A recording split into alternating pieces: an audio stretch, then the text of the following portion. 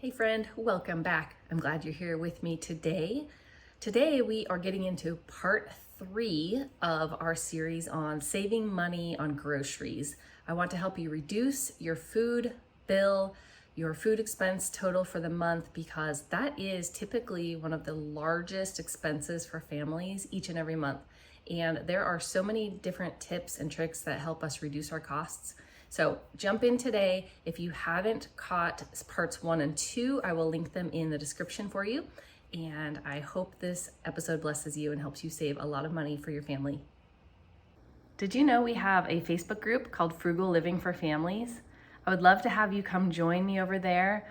We have a great community that supports each other and shares all of our ideas so we can continue to save money, get out of debt, and just improve our family's financial situation, even on one income. I want you to become a stay-at-home mom that you desire to be, or to thrive. If you already are a stay-at-home mom and your family is struggling financially, hop on over to the group. We'd love to have you over there.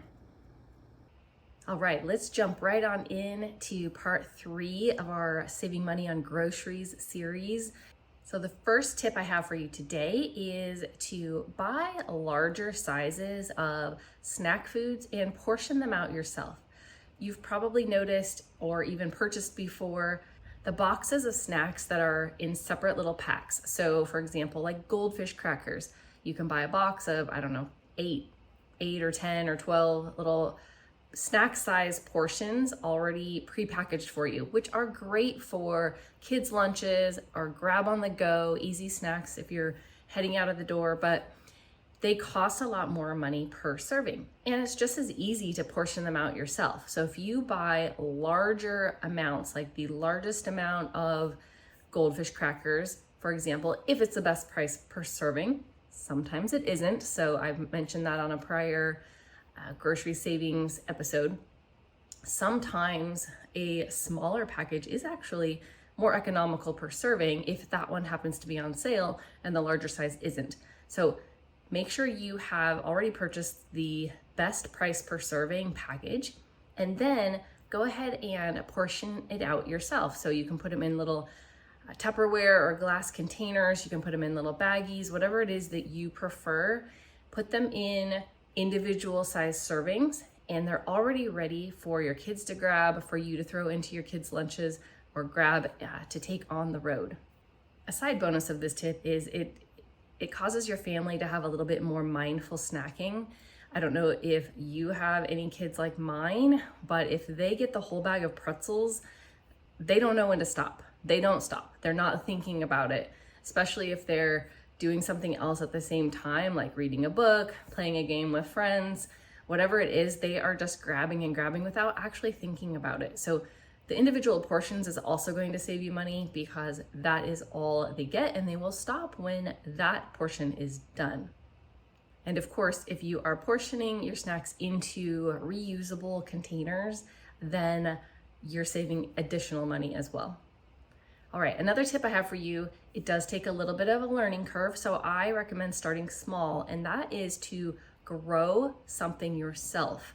So start very small. I recommend herbs is a great option. You can buy little herb growing kits that usually have maybe 3 or 4 different herbs that you may use the most often, but you can even buy one. Like even at the grocery store, you can actually buy a basil plant that's already grown for you and just clip off what you need. However, starting from seed is still going to be the cheapest option if you can get it to grow. Now, with a packet of seeds, you have many chances to make sure that it works, right? So I recommend starting with something that your family tends to use often. Start small so you don't get overwhelmed, and as you learn how to make that item, you can then expand onto something else. All right, my next tip is to use up everything that is about to go bad. So if you are watching the items in your refrigerator, your perishable items, use up what looks like it's on its way out. So this is going to be mainly produce. It can be dairy products, right? Something that is getting a little wilted, or maybe it's leftovers and it's been a few days and they need to be used up. Find a way to repurpose those items and use them first. With produce especially, you have a lot of options. You can cook them as they are. You can learn a new recipe to utilize that vegetable. You can throw all your vegetables into a pot and make a soup or a casserole with just whatever you have on hand that needs to get used up. But you also freezing anything before it's going to go bad so that it is there for you later when you want it is another way to help that produce keep longer for you. And with anything perishable, I recommend purchasing only what you are going to need for the amount of time between this shopping trip and your next one. So if there's anything that you need for a recipe, just buy that amount of it and it will help you avoid having so much produce that you just purchased on a whim. It didn't really have a plan for, and now you get to use them up intentionally and nothing is dying in your refrigerator.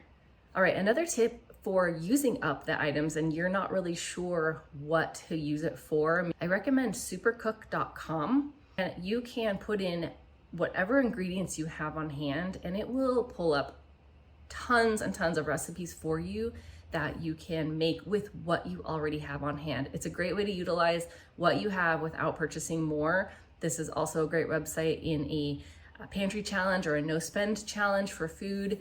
And it just makes your ingredients go so much further and you might find something new that your family loves. All right, another tip to help you get money for your groceries and a little bit extra is to take cans and bottles to your local bottle drop station. So if your area has what's called Bottle Drop, it's a company, you can look up on their website and find out what locations they're in. They have specific locations where you can return your cans and bottles. So you do need to purchase their specific bag, throw the bags in there as they are full. Somebody else processes them and they know because of the little sticker that it belongs to you and it goes into your account. So you have an app on your phone. It collects exactly how much you made per bag and they take, I think it's like a 10% fee.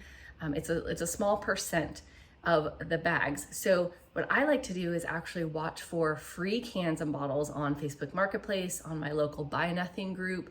People are often giving them away and you can return the cans and bottles that you were given for free from somebody else and you return them to the bottle drop. Now, the reason I really like the bottle drop too is because if you are returning them to a grocery store that is a partner of Bottle Drop, and if they have those machines outside, then they most likely are, but check the app for sure.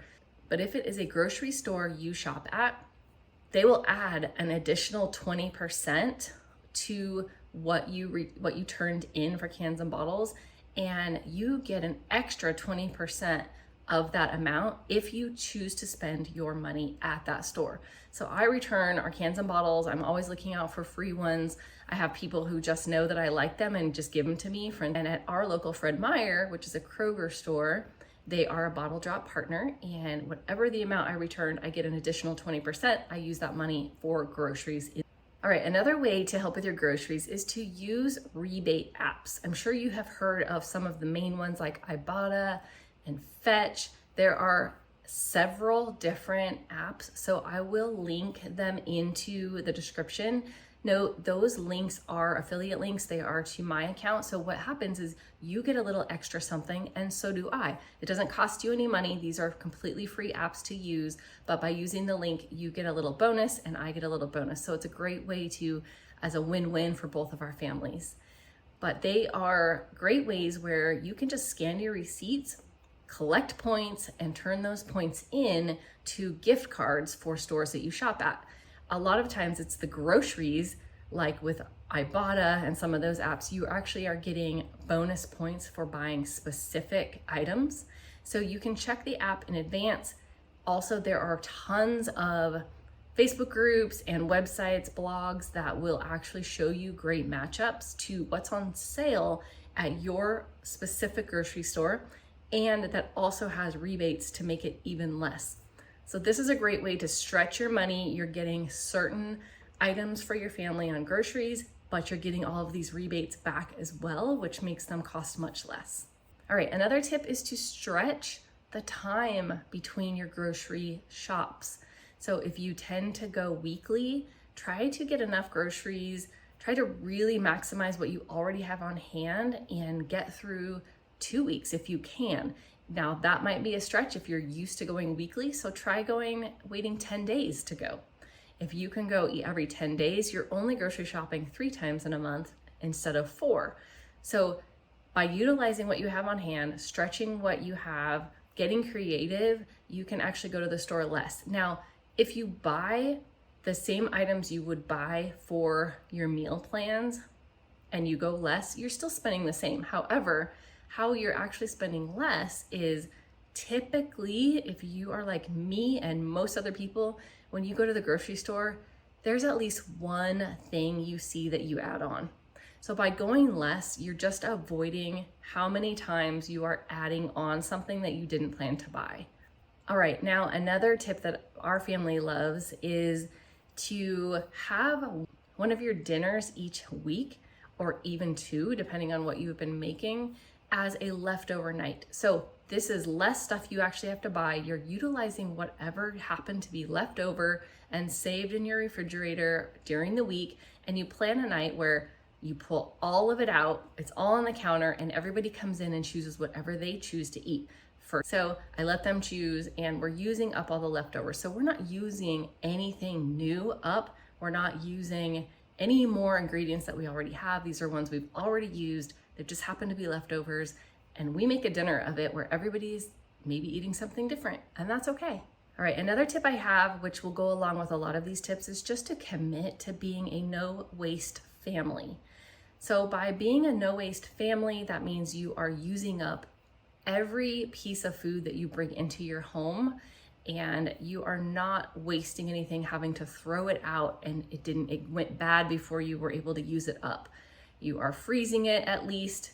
So by committing to be a no-waste family, everybody is going to be more conscious of what needs to go first, what needs to be used and eaten. And you can actually even rotate items in your refrigerator. You can have a bin that everybody understands in your family is the grab here first bin. So anything that you know really needs to get used up, place it in the bin, and everybody's first priority is to use what's in there. If there's nothing in there, great, they can use something else, but that is your way of highlighting what needs to get used up. And all right, and then my last tip for you today is to eliminate some of the ingredients when you are cooking a recipe.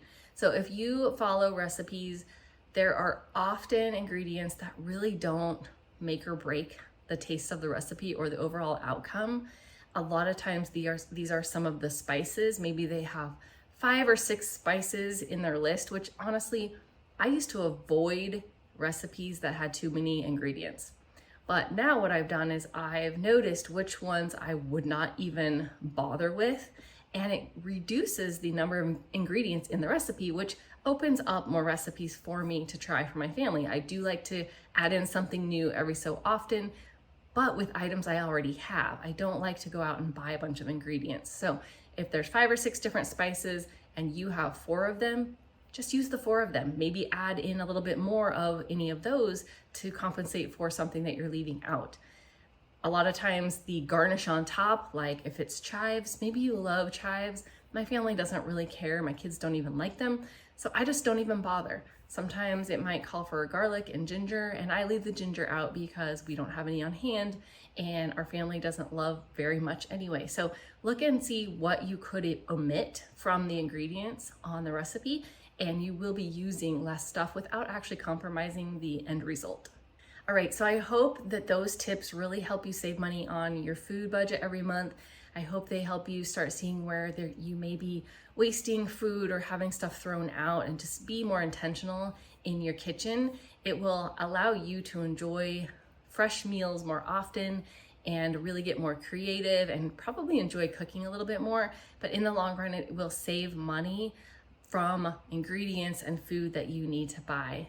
I hope this episode blesses you and your family. If you have any other suggestions that I have not covered, I would love for you to include them in the comments, because when we all learn more tips and tricks, we can save even more money for our families.